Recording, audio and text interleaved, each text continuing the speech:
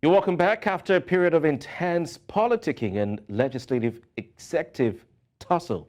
The Lagos state government has now confirmed its new commissioners and special advisors, 23 commissioners, as previously discussed right here on Politics HQ. Some commissioner nominees were rejected by the Lagos State House of Assembly, and that led to statewide discourse. The state government had since submitted a new list with the latest also including some members of the previous administration and some of its stars like the Commissioner for Health, Akin Abayomi. Although it remains unclear if the issues raised by the legislature have been completely addressed by the state government can heave a sigh of relief.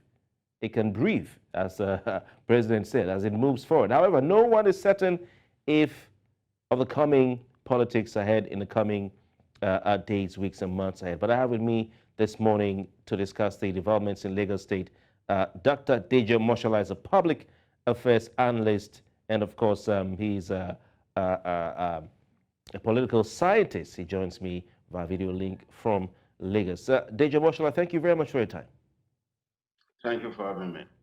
All right, let's zoom straight into action. Were there any omissions in this commissioner list, list of appointments that stood out for you? We know of the names that were, being talked about, the names that were on the first list. So were there any omissions that stood out for you in this new list and those that were sworn in? Well, to me, there's no omission. The first list, the governor, in his heart of heart, sent out those he thinks that he can work with. But the state assembly, at the point in time, had to object to it because they feel that the governor hasn't played its politics right in terms of yielding to the dictates of some of the stakeholders of the party, and also in terms of religious balancing in the state. So at the end of the day, 17, a record 17 were rejected at the time. That's one of the highest in that we've recorded in Nigeria. And if we put it to test, it will also pass perhaps as the highest in West Africa. So what that shows is that the governor himself did not do the backroom politics, which is often done when executive wants to go and meet the legislature for their assent. But the governor eventually submitted majority of the names back. He only kind of made 5 changes, which is apparently to appease, the powers that be, which is the cabal of the Speaker of the Lagos State House of Assembly in this case. So just 5 changes, and most of the people that were rejected were now accepted. So you ask yourself, why?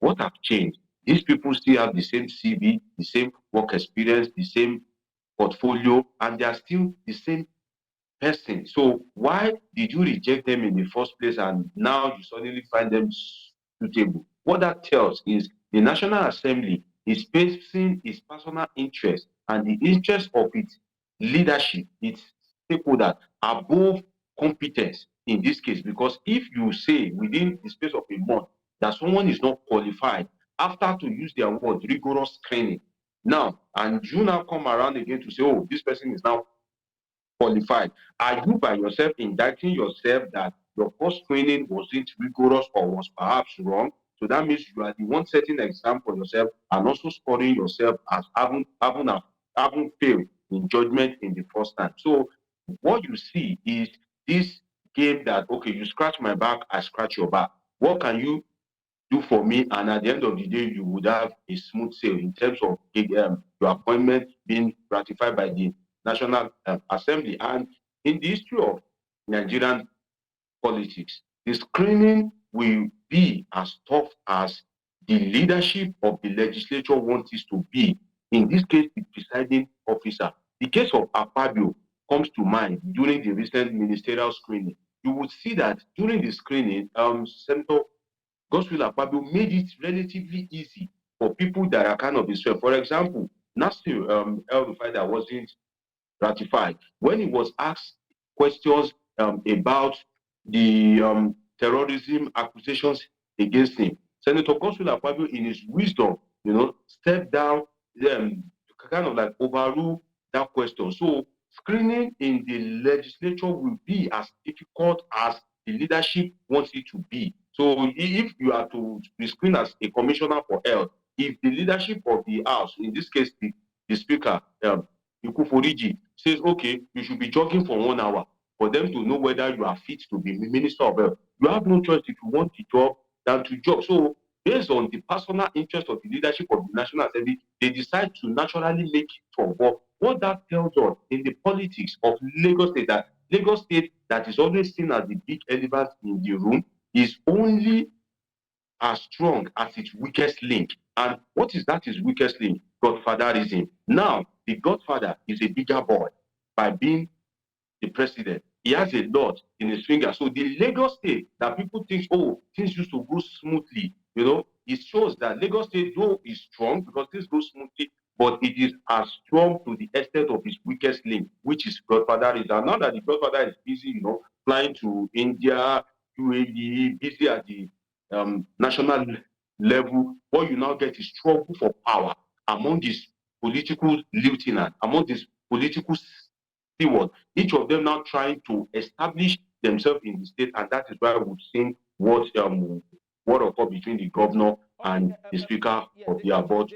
Everyone is happy that this has been resolved, and maybe the state can move forward and we bring the expected good governance. Touch on the point you made that this has been resolved. Has this situation really been resolved? Is it a case of no victor, no vanquished? Is a case of let sleeping dogs lie, or a case of let sleeping dogs lie? Because we know that the governor sent in 39 names the first time. Out of those 39, 17 were rejected, which means that you had about 22 thereabouts passed. Now, today, we have 37 commissioners sworn in, but he sent in 39 names. The remaining 17 that were dropped, the governor sent their names back, and they approved 15, left with 2, 37, 38, 39. So it means that this commissioners list is short of 2. So has the situation really been resolved? Well, to a large extent, if you compare 17 to 2, it is safe to say that the situation has been resolved, because if you look at 17 to 2, but the thing is, he who runs away lives to fight another day, how that quote, that popular quote is. Now, the thing right now for appointment of commissioners, we can say is resolved, because the governor can function with 37. They can decide to do away with the 2 and appoint the 37 into the relevant ministry. So he has a cabinet. But where the battle will now shift to is the soul of the state. Don't forget that budget is going to come in.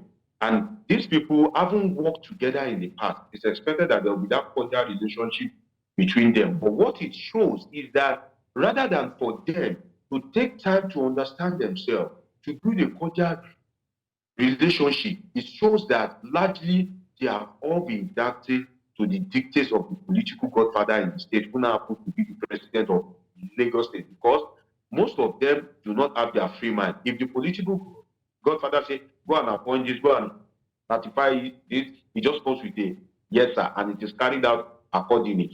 Now that the political godfather is no longer in the picture as he used to be, because he has been elevated to the post of the presidency and he has more visiting in his schedule, you now see that people are now struggling for the survival of the state, and this will definitely most likely continue, because now the speaker has successfully asserted itself in front of the governor to show that, oh, I have power. If you don't do my bidding, if you don't back down, we are not going to interesting power play you're talking about there, Dr. DJ Moshala. Let's bring in this point Dr. Jide Johnson, your fellow academic.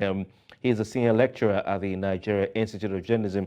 DJ Johnson, good morning. Jide Johnson, sorry, good evening to you. Thank you for your time. It's a pleasure to be with you. All right. It's noticeable, I mean, like as we said earlier, just before I brought you in, that the governor dropped or submitted 39 names. Out of those 39 names, 17 were not approved the first time. he sent back those 17 names. 15 were approved, 2 were not approved. Out of the 2 that were not approved, you have Sanwo-Olu, who doesn't sound like he's of Yoruba extraction. You also have Olalere Odushote. So a cursory look at this list of commissioners who were sworn in today shows that all of them, or none of them, is a non-Yoruba. It's noticeable that non-Yorubas were not given any commissioner slot. Can we safely say that in governance, the era of all-inclusive governance in Lagos State is now dead and buried?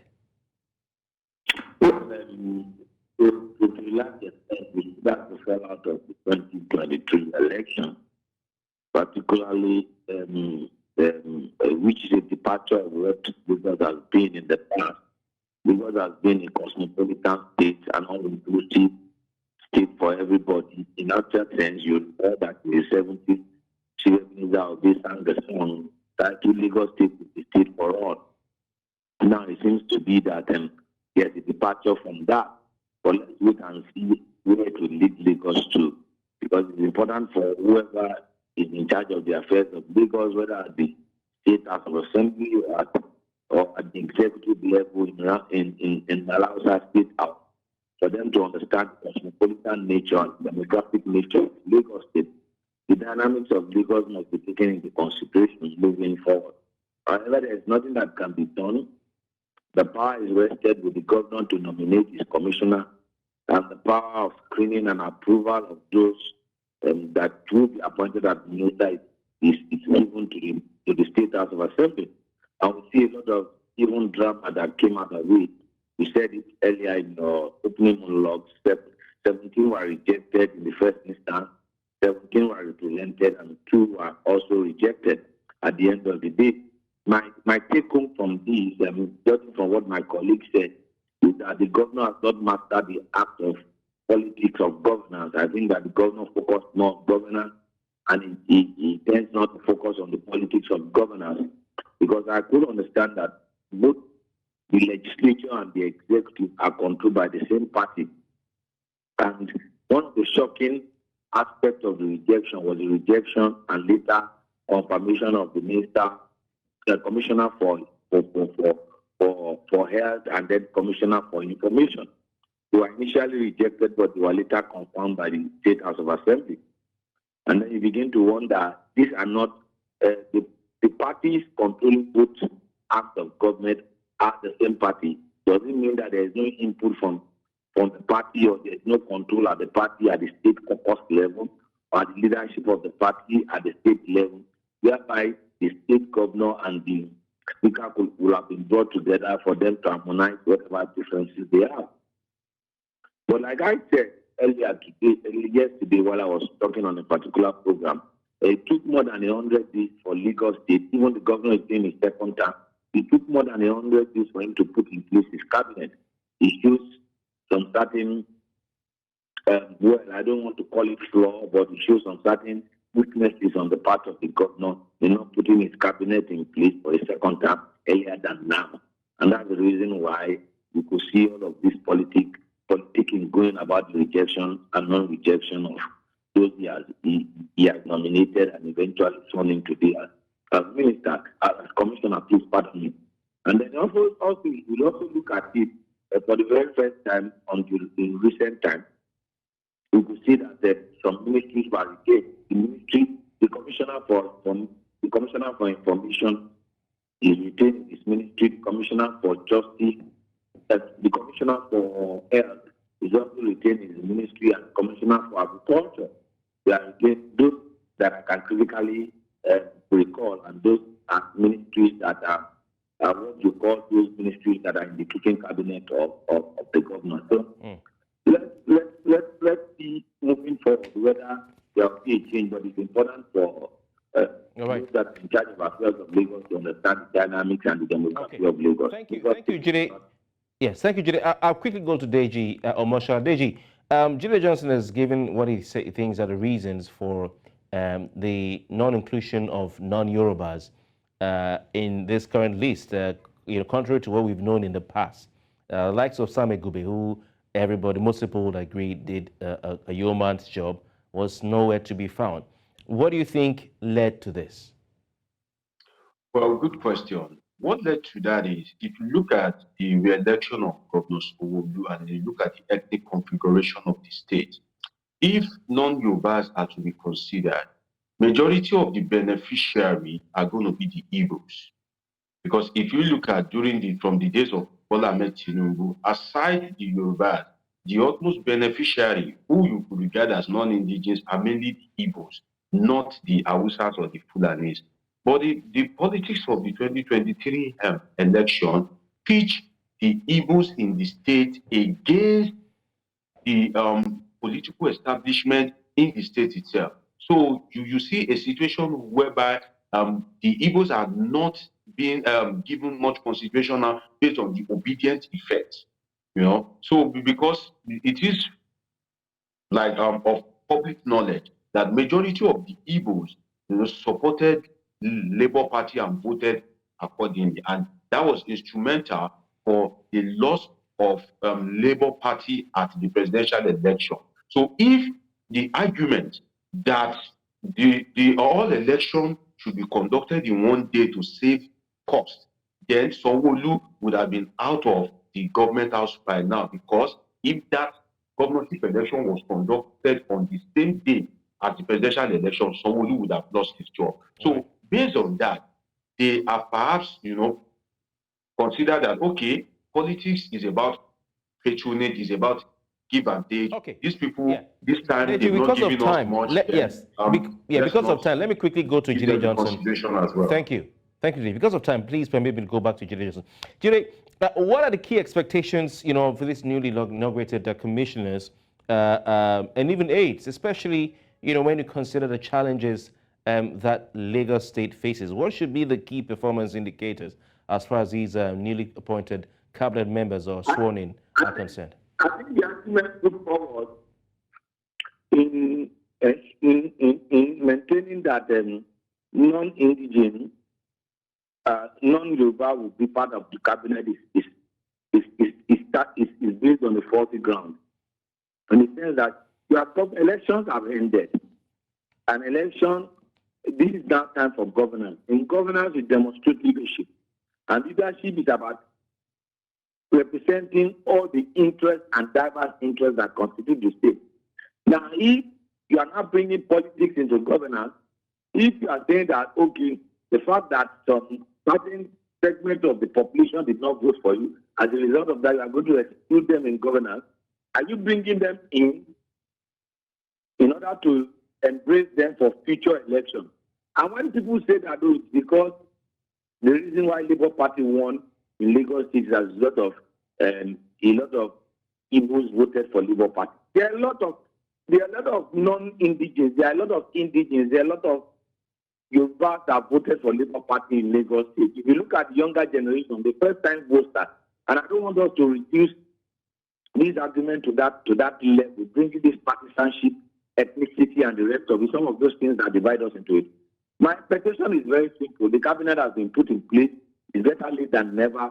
Let them work in the interest of the larger Lagos society. Lagos is a cosmopolitan state. Diverse ethnic groups, diverse interests, and that interest should be taken into consideration. Otherwise, in the future, if you don't include politics is a game of number, if you are going by the argument that, well, people won the presidential election because they have a lot of people. So in 2027, it's very clear that they might likely clinch, if they present a gubernatorial candidate, they might likely clinch the gubernatorial seat of Lagos State because politics is a game of numbers. It's just past the post. Okay. All right. Gentlemen, thank you very much for your time. I wish you could go some more into further conversation, but we have run out of time. I'd like to thank you, Dr. Jide Johnson, Senior Lecturer at the Nigeria Institute of Journalism, and Dr. Deji Omoshola, Political Scientist. We'll wait to see what plays out in Lagos State. Thank you for your time. Thank you for having me. My pleasure.